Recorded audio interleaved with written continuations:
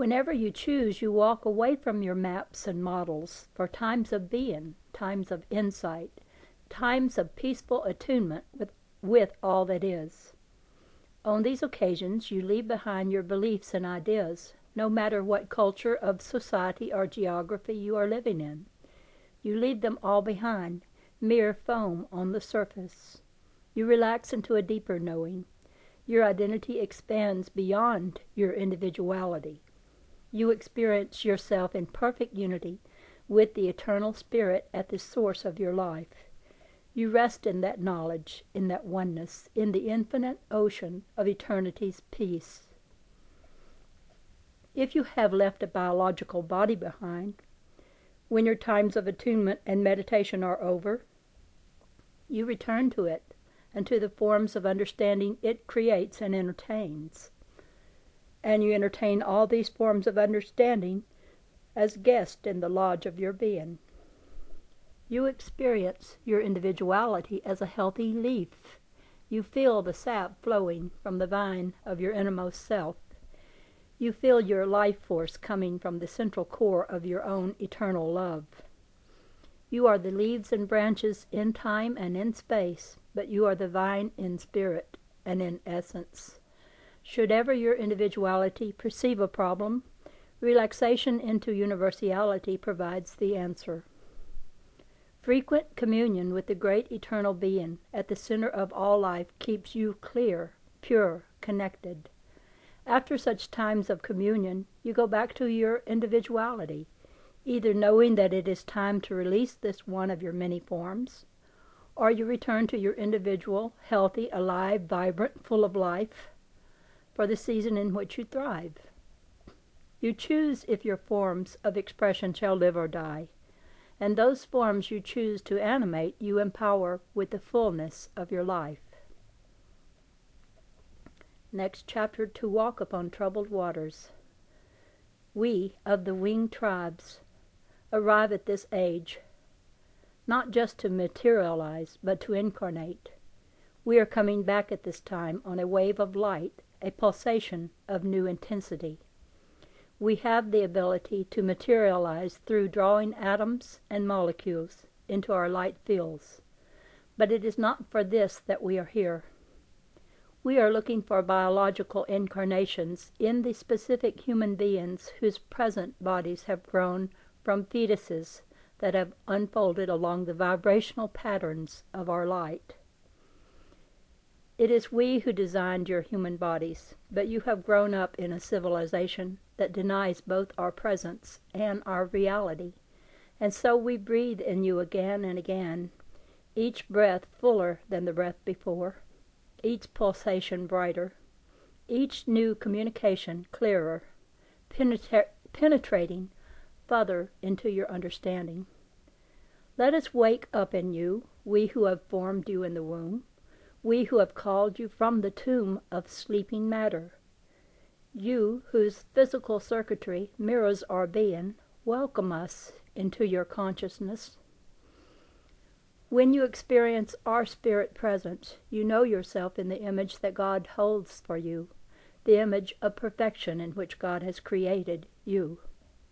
God's living image of you reflects God. It does not rest frozen like a photograph in a frame. The perfect images in which God holds each human being are alive and changing, flowing, fluid images. One day a servant, the next a love, the next a sister, a brother, a teacher, or a friend. We understand God's images for humanity, for that is what we are. We are individualized, living images of God, designed to draw more than just your physical bodies into our energy patterns. We are designed to blend with your consciousness, with your understanding, and with the field of your emotional expression. We are here in the atmosphere of your consciousness to draw you into clear and accurate perception, that together in cooperative harmony we might commence a new cycle of creation. We come to the earth to blend with you in the communion that will give birth to the Creator in time. We work with whatever forms of understanding you allow us to animate. Our love has called up out of the earth the bodies of your race. Feel that love and know your spirit. We offer you more than words. We offer you ourselves. O children, we have lived and died in so many of you, and we live in you again, again, and again. Your fearful human generations are like waves of cold seawater, splashing on our warm, eternal shores. You can keep being afraid and receding with each cold wave to incarnate again and yet again. Or you can begin to watch the waves of your generation's fears, the waves of your society's illusions, the waves of emotional control, and realize that you are not the waves.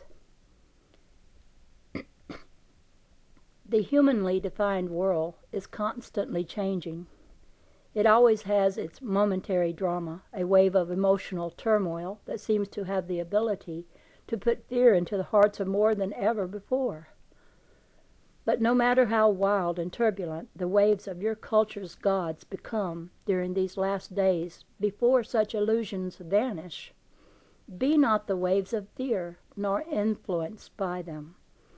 The birds have always floated on the surface of such waves, even in the worst of tempests and storms that have crashed armadas, sunk galleons, and seen angry warriors perish beneath their fury. Ever the birds have floated, undisturbed, above the wreckage, above the turbulence, above the waves, gentle, serene. But times need not be troublesome for you humans of this closing age, for whenever there is just one that does not succumb to the emotional undercurrents of fear that would herd you like sheep into some collective folly, there radiates an influence of peace, stability, healing, and blessing. God will amplify the influence of that one and blend it with the influences of others who are incarnate and doing the same. Through these will pour the peace, and no sea will rise against them.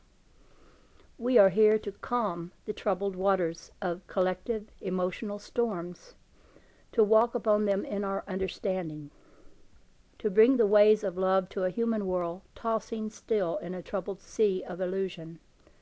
We bring the torch of peace that comes from trust in God. We bring the torch of wisdom that resolves human differences through commerce, communication, forgiveness, honesty. Loving our enemies, we have no enemies nor anything to fear. Our torch lights beckon from above the waves of human turbulence. The consciousness of the Eternal One shines forth from each light we hold. Those who struggle and clutch at wreckage in the turbulence below cannot harm us or our kind. They can only become us in time, for it is from them, from such raw material, that the egos of our universal species are drawn. Do not subscribe to the passing illusions of this age. Do not blindly follow the archaic warrior programming that leaves you unconscious, an automaton, a puppet controlled by those who have for centuries made it their business to map and chart the currents of fear. Realize your choices. Should you feel a habit of violent reaction, whether in thought, word, or deed, realize that it is only yourself with whom you strive. Do not contend so anxiously with yourself.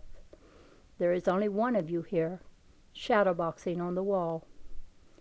Defend yourself from this alone, the programming of unconscious fears. Every time a human being reacts violently toward another being, instead of communicating, that person is hurting him or herself. The essence of intelligence is simply this: it is always to your advantage to cooperate rather than to retaliate. Those are not others that you perceive as foes, but those of your own household, your family. Let them become your friends and partners in the healing and educational work of these times. Do not take them or yourselves so seriously.